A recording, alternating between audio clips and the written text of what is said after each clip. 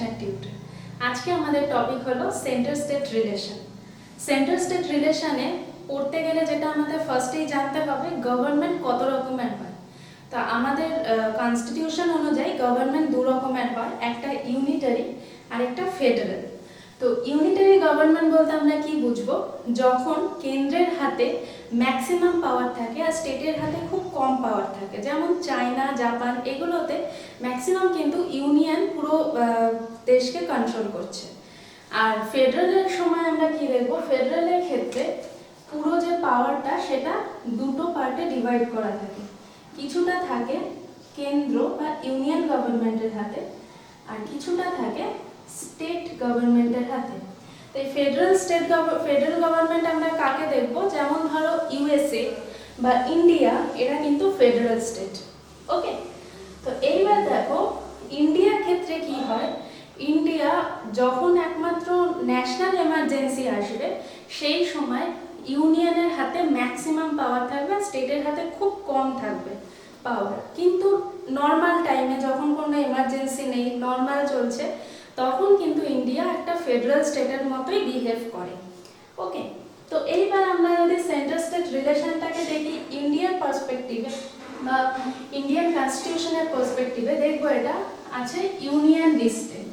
ওকে, তো আমরা কি জানি ইউনিয়ন লিস্ট কোন পার্টে আছে, পার্ট 5। শিডিউল হচ্ছে এটা 7th শিডিউল। ওকে, আর এই সেন্টার স্টেট রিলেশন কে রিকমেন্ডেশন করেছিল 1983 তে সরকারিয়া কমিশন ফার্স্ট এই সেন্টার স্টেট রিলেশনটা রিকমেন্ড করেছিল। আর এই সেন্টার স্টেট রিলেশন কোথা থেকে এই কনসেপ্টটা আমরা বড় করেছি, ইন্ডিয়ান কনস্টিটিউশন কানাডার কনস্টিটিউশন থেকে এই কনসেপ্টটাকে বড় করেছে। ওকে, তো আমরা এতক্ষণ যেটা দেখলাম যে 7th শিডিউল থেকে সেন্টার স্টেটটা নেওয়া, 7th শিডিউলের আন্ডারে সেন্টার স্টেট রিলেশনটা রয়েছে। এবার আমরা দেখব সেন্টার স্টেট রিলেশনকে কটা পার্টে ভাগ করতে পারি। First legislative relation, then administrative relation and then financial relation. তো আর্টিকেল আমরা জানি সেন্টার স্টেট রিলেশনে আর্টিকেল শুরু হচ্ছে 245 থেকে আর শেষ হচ্ছে 293। অনেক আর্টিকেল, কি করে মনে রাখবো কোনটার আন্ডারে কতটা রয়েছে দেখে নিই। লেজিসলেটিভের ক্ষেত্রে আমরা দেখব 245। ওকে, তো 24 লিখলাম, অ্যাডমিনিস্ট্রেটিভে 5 লিখলাম, 4 5 6।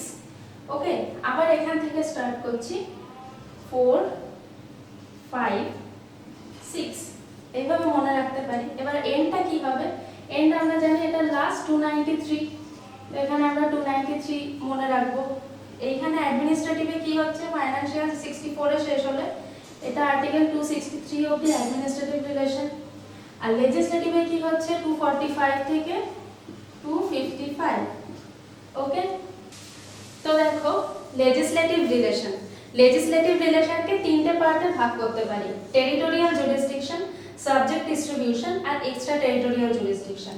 টেরিটোরিয়াল জুরিসডিকশনকে যদি আমরা ইউনিয়ন আর স্টেট এই দুটো পার্টে ডিভাইড করে থাকি, তাহলে দেখবো ইউনিয়নের ক্ষেত্রে কি হয়, পুরো ইন্ডিয়ান টেরিটরি যতটা আছে সেই ইন্ডিয়ান টেরিটরি পুরোটা বা কোনো একটা পার্টের ক্ষেত্রে কেন্দ্রীয় সরকার ল তৈরি করতে পারে, এটা ইউনিয়ন গভর্নমেন্টের পাওয়ার।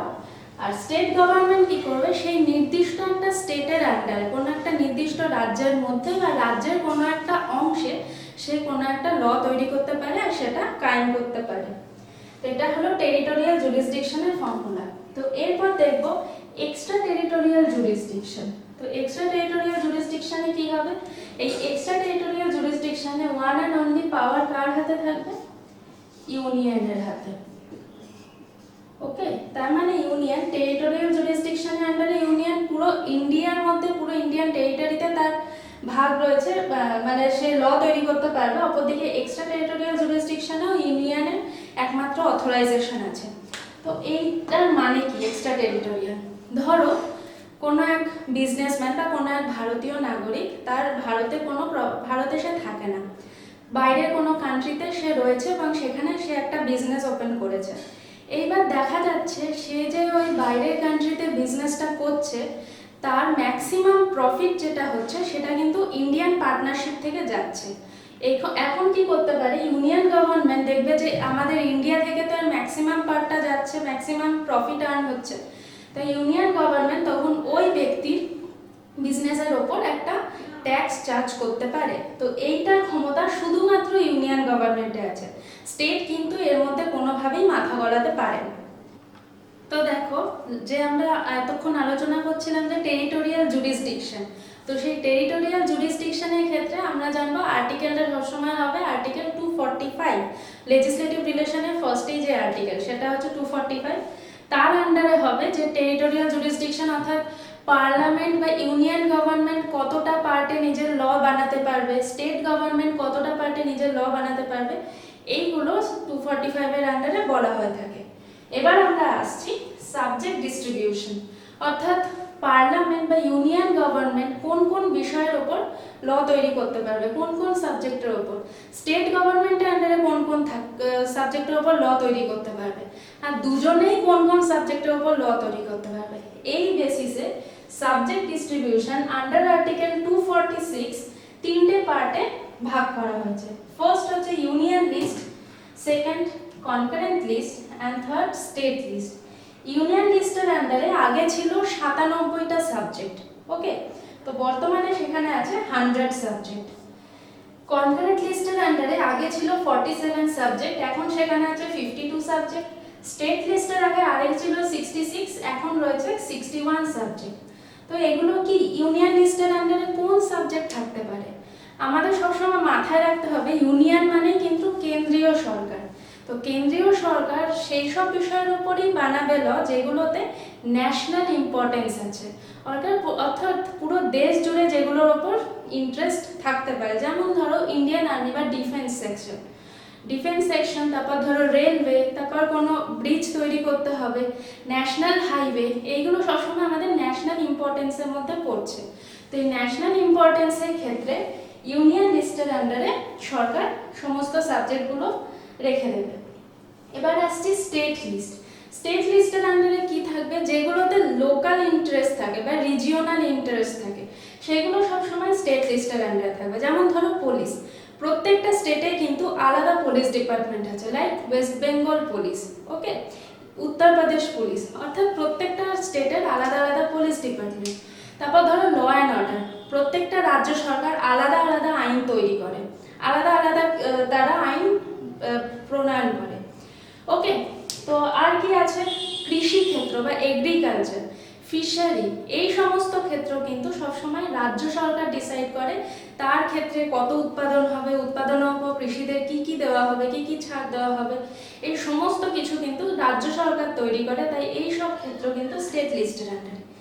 নেক্সট আসছি কনকারেন্ট লিস্ট। এই কনকারেন্ট লিস্টের আন্ডারে সেই সব বিষয় থাকবে যেগুলো কেন্দ্রীয় সরকারও তৈরি করছে, রাজ্য সরকারও যেগুলোর উপর ল তৈরি করতে পারে। যেমন ধরো এডুকেশন আগে স্টেট লিস্টের আন্ডারে ছিল, কিন্তু নতুনভাবে সেটা কনকারেন্ট লিস্টে দেওয়া হয়েছে, কারণ কেন্দ্রীয় সরকারও এডুকেশনের ওপর ল ইমপ্লিমেন্ট করছে বা স্টেট লিস্টও করছে। আর কি হতে পারে, রিসেন্ট ধরো 3 তালাক যে কেসটা হলো, সেটা কি হলো, ইউনিয়ন গভর্নমেন্ট কেন্দ্রীয় সরকার সেইটা কিন্তু অ্যাপিল করে বা সেটা রিপিল করেছে, অ্যামেন্ডমেন্ট করেছে, করে 3 তালাক বিলটা সুপ্রিম কোর্ট থেকে পাস হয়েছে। তাহলে আমরা কি দেখছি, কেন্দ্রীয় সরকার কিন্তু এটা হস্তক্ষেপ করছে, তাই ম্যারেজ, ডিভোর্স, এডুকেশন, এই সমস্ত বিষয়গুলো চলে যাচ্ছে কনকারেন্ট লিস্ট। তো এখানে একটা প্রশ্ন আসছে যে শুধু কি মানে এই কটা বিষয়ের উপরই সরকার চলছে বা দেশ চলছে, তা তো নয়, এমন তো অনেক নতুন ল ইমপ্লিমেন্ট হতে পারে। তো সেই নতুন ল ইমপ্লিমেন্ট যেগুলো হচ্ছে সেগুলো কার আন্ডারে যাবে, সেই ক্ষমতা কার আছে, মানে স্টেটের আছে না কেন্দ্রীয় সরকার আছে, এটা কোথায় আছে? তো এইটা ক্লিয়ার করার জন্য আর্টিকেল 248-এ বলা হয়েছে, আর্টিকেল 248-এ একটা টার্ম আছে রেসিডুয়ারি পাওয়ার।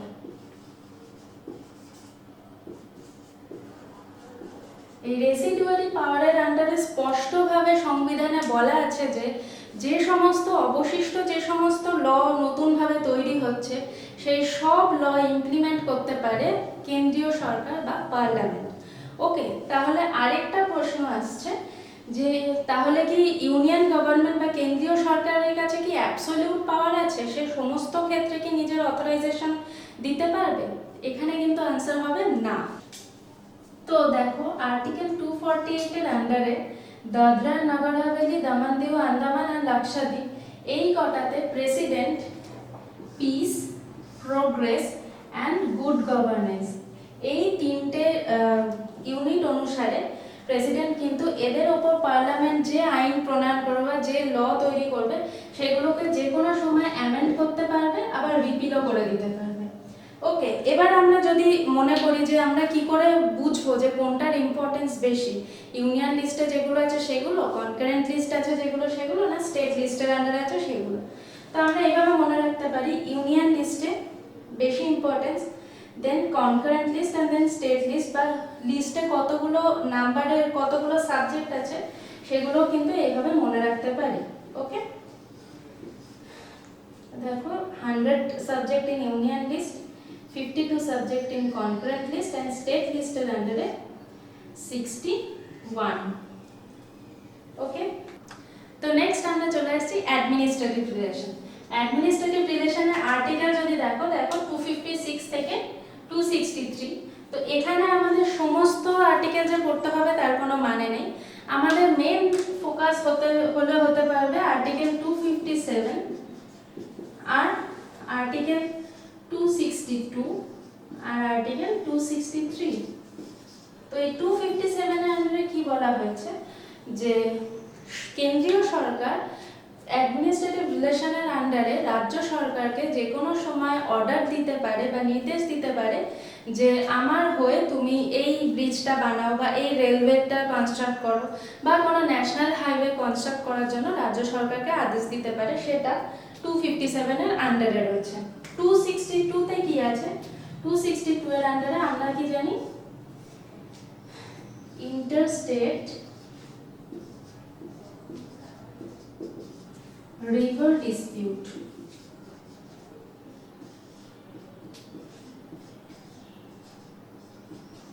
ওকে, তো ইন্টারস্টেট রিভার ডিসপিউট বা ইন্টারস্টেট রিভার ভ্যালি ডিসপিউট, এখানে কি ধরো দুটো রাজ্য আছে তার মধ্যে জল নিয়ে সমস্যা, অর্থাৎ একটাই নদী দুটো রাজ্যের মধ্যে দিয়ে যাচ্ছে, সেখানে একটা ডিসপিউট তৈরি হচ্ছে। এক্সাম্পল যেমন কর্ণাটকা আর তামিলনাড়ু, কি নদী যাচ্ছে ওখান দিয়ে? কাবেরী নদী যাচ্ছে। তো সেই কাবেরী নদীর জল নিয়ে কিন্তু আমরা অনেক দিন থেকে দেখে আসছি কর্ণাটকা আর তামিলনাড়ুর মধ্যে একটা ডিসপিউট কাজ করছে। সেই ডিসপিউটটা কি আর কিসের আন্ডারে আছে? আর্টিকেল 262 এর আন্ডারে। 263 তে আছে ইন্টারস্টেট কাউন্সিল। ওকে, তো এই ইন্টারস্টেট কাউন্সিল 263 এর আন্ডারে 1990 সালে সরকারিয়া কমিশনের রিকমেন্ডেশন অনুযায়ী প্রেসিডেন্ট তৈরি করে। এইখানে কি বলা হয়, ধরো দুটো রাজ্যের মধ্যে বা কেন্দ্র রাজ্যের মধ্যে কোন কোন বিষয় থাকবে বা কোন কোন বিষয়ে ঠিকভাবে ইন্টারেস্ট আছে, বা কেন্দ্রীয় সরকার কোন কোন বিষয় নিয়ে আলোচনা করতে পারে বা কোন বিষয়ে দুটো রাজ্যের মধ্যে ডিসপিউট তৈরি হচ্ছে, এই সমস্ত বিষয় ইন্টারস্টেট কাউন্সিলের আন্ডারে ডিসকাশন হয়। নেক্সট আমরা আসছি ফাইন্যান্সিয়াল রিলেশন। ফাইন্যান্সিয়াল রিলেশনের ক্ষেত্রে আমরা দেখছি 264 থেকে 293 এর মধ্যে যেটা আমাদের ডিসকাশন হয় সেটা হলো এই আন্ডারে কেন্দ্র আর রাজ্য সরকার ডিসকাস করে অর্থনীতির ব্যাপারে, ব্যবসা বাণিজ্যের ব্যাপারে আর বিষয় সম্পত্তির ব্যাপারে। ওকে, তো 264 এর আন্ডারেই আমরা দেখব ট্রেড, কমার্স, প্রপার্টি আর ফাইন্যান্সিয়াল বিভিন্ন ডিসকাশন এই আর্টিকেলের আন্ডারে হচ্ছে। এখানে ইম্পর্টেন্ট আর্টিকেল কোনটা? আর্টিকেল 266। এটা কি আছে? Consolidated fund of India.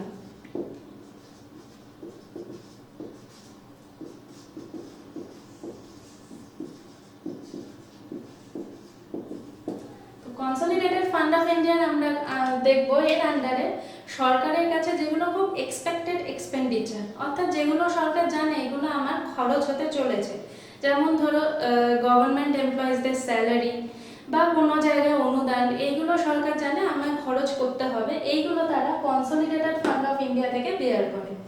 ওকে, তো আরেকটা আছে 267 A contingency fund of India.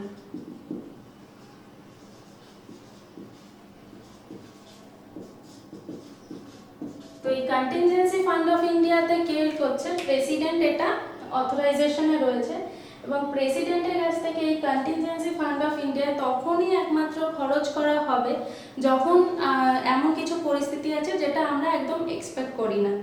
ধরো কোনো জায়গায় বন্যা হয়ে গেল বা কোনো ইন্টারন্যাশনাল অ্যাটাক হলো বা ওয়ার হলো, এই সমস্ত ক্ষেত্রে, বা ধরো এই রিসেন্ট কোভিড-19 ব্রেকআউট হয়েছে, এই সমস্ত তো আমরা প্রিপেয়ার থাকি না এই টাইমে। তো এই টাইমগুলোতে কন্টিনজেন্সি ফান্ড অফ ইন্ডিয়া থেকে সমস্ত ফান্ডগুলো প্রোভাইড করা হয়।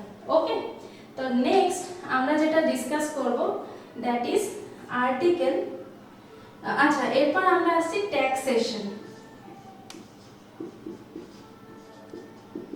ট্যাক্সেশনের আন্ডারে আমরা দেখব যে কিছু কিছু আছে, যেমন আর্টিকেল 268 এর আন্ডারে কেন্দ্রীয় সরকার একটা ট্যাক্স আরোপ করছে, রাজ্য সরকার সেই ট্যাক্সটা কালেক্ট করছে।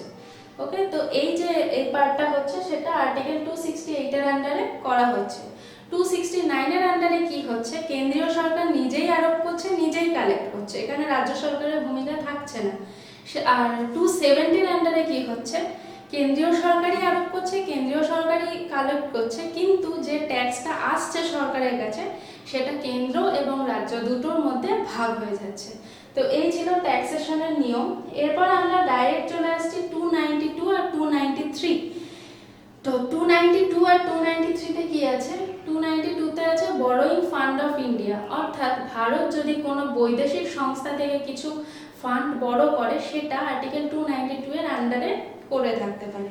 আর 293 হচ্ছে রাজ্য সরকারও বৈদেশিক সংস্থা থেকে বড় করতে পারে, সেই ক্ষেত্রে পার্লামেন্টের কাছ থেকে অ্যাপ্রুভাল নিয়ে তবে সেই ইন্টারন্যাশনাল ফান্ডকে নিতে পারবে, গ্রহণ করতে পারবে। এক্ষেত্রে বৈদেশিক ফান্ড কি, যেমন IMF থেকে সরকার বড় করছে, ওয়ার্ল্ড ব্যাংক থেকে বড় করছে, সমস্ত কিছু যদি ইউনিয়ন গভর্নমেন্ট IMF থেকে নিয়ে থাকে, IMF যদি ইউনিয়ন গভর্নমেন্টকে দেয় তবে আর্টিকেল হবে 292।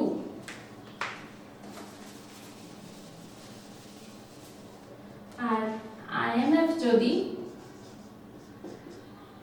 স্টেটকে দেয় তবে আর্টিকেল হবে 293। এরপর দেখো প্রপার্টির ক্ষেত্রে, ওকে এটা আমি মুছে দিই, আর্টিকেল 285 এর আন্ডারে বলা হয় যদি কোনো প্রপার্টি ইউনিয়নের হয়ে থাকে, অর্থাৎ কেন্দ্রের কোনো প্রপার্টি হলো, সে এই ইউনিয়ন প্রপার্টির উপরে কিন্তু রাজ্য সরকার কোনো রকম ট্যাক্স আরোপ করতে পারবে না। উল্টো দিকে একইভাবে আর্টিকেল 289 অনুযায়ী কোনো প্রপার্টি ধরো স্টেট গভর্নমেন্টের রয়েছে, স্টেট প্রপার্টি রয়েছে, এই স্টেট প্রপার্টির উপরেও কিন্তু কেন্দ্রীয় সরকার কোনো রকম ট্যাক্সেশন আরোপ করতে পারবে না। ওকে, তো আমার মনে হয় এই পুরোটা বোঝা হয়ে গেল যে ফাইন্যান্স কমিশন। ওকে, আরেকটা জিনিস মিস করেছি আমি, ফাইন্যান্স কমিশন আর্টিকেল 280 এর আন্ডারে হচ্ছে ফাইন্যান্স কমিশন, যা পুরো ভারতে অর্থনীতি কিভাবে এগোবে, অর্থনীতির যে বিভিন্ন ধারা কিভাবে চলবে, নেক্সট ইয়ার অর্থনীতি কোন দিকে এগোবে, কতটা গ্রো করবে, সমস্ত কিছু ফাইন্যান্স মিনিস্টার ফাইন্যান্স কমিশনের আন্ডারে ডিসাইড করে থাকে। তো আমার এই আজকের সেশনটা এখানেই শেষ হলো। তোমাদের যদি এই ভিডিওটা ভালো লেগে থাকে অবশ্যই লাইক করো, শেয়ার করো, কি ডাউট আছে সেটা কমেন্ট সেকশনে জানিও, আর অবশ্যই সাবস্ক্রাইব করো। ওকে, তো আমরা খুব তাড়াতাড়ি অন্য নতুন নতুন কন্টেন্ট নিয়ে নেক্সট ভিডিওতে চলে আসব। আমার এই ভিডিও শুটের বিহাইন্ড দ্য ক্যামেরা রয়েছে ক্যানভাস ক্রিয়েটিভ ওয়েডিং, এদের একখানা ওয়েবসাইটও আছে canvascreativewed.in। Thank you.